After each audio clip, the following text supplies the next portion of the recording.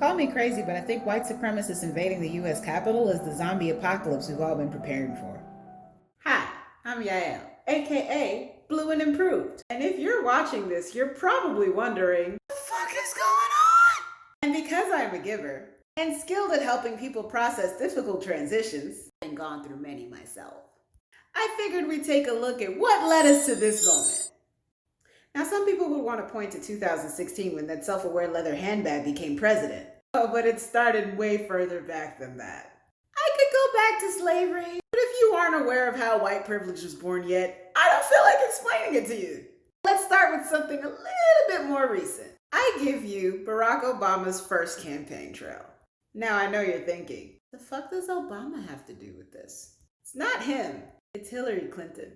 Rather, I should say, Hillary Clinton's supporters. Because politicians are used to playing dirty and besmirching anybody's name the way that they can, and she started losing traction against the then Senator Barack Obama. Some idiot in her camp let leak, some way, shape, or form, that they thought he was an Arab. And because the anomaly that was 4chan and Reddit wasn't quite yet understood, the game of telephone erupted. And then came Donald Trump. In 2011, he started bringing up whether or not this Barack Hussein Obama person was even a U.S. citizen. And that single question, steeped in just enough white privilege, mixed with a healthy dose of racism, a tanking economy, an opioid epidemic, allowed Trump to find a fan base. And because the GOP had been on a losing streak ever since Bush was around, they wanted to get behind somebody who was popular. Someone who would espouse the deep-seated racist beliefs that they always had hidden in their hearts. At least since Nixon flipped them from being Democrats. Mix that all up with the Democratic Party who thought electing a black guy gave them automatic cool points. And now we have the perfect set of circumstances for Donald J. Trump to rise to power. And the more rabid he grew, the more rabid his fan base grew. Especially when the Democratic Party selected the white woman who couldn't beat the black guy or the super old guy, and who ran a shitty campaign on the back of the black guy. Not to mention she called half of America a basket of deplorables. And then once the self-actualized Cheeto actually took office, they let him tweet religiously, boosting his fan base ego with alarming speed.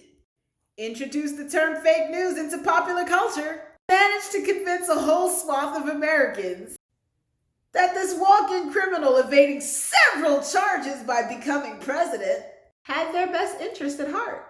Social events pulled us apart, comment sections turned into war zone, and 4chan was gonna 4chan. Continuously training these people to not believe what they saw in the news, but believe what came out of their leader's mouth. The Scientologists would be impressed. Fortunately, the Democrats had learned from their previous loss, and they campaigned with alarming speed, getting everybody and their mother out to vote.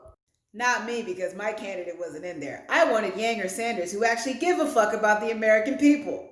And behold, a pandemic and endless text messages delivered a new geriatric overlord for us all. For one little problem. Once you incite madness, it doesn't go away overnight.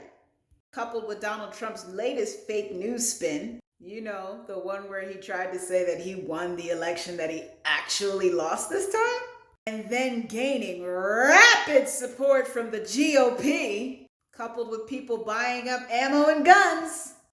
And that's how America came to evade itself. Note the asterisk though, because all of us hyphenated Americans are proudly in our own homes. And what you're seeing on those Capitol steps right now is the story of how white supremacy ended the American experiment in democracy. Toodles! But chicken's gonna roost, am I right?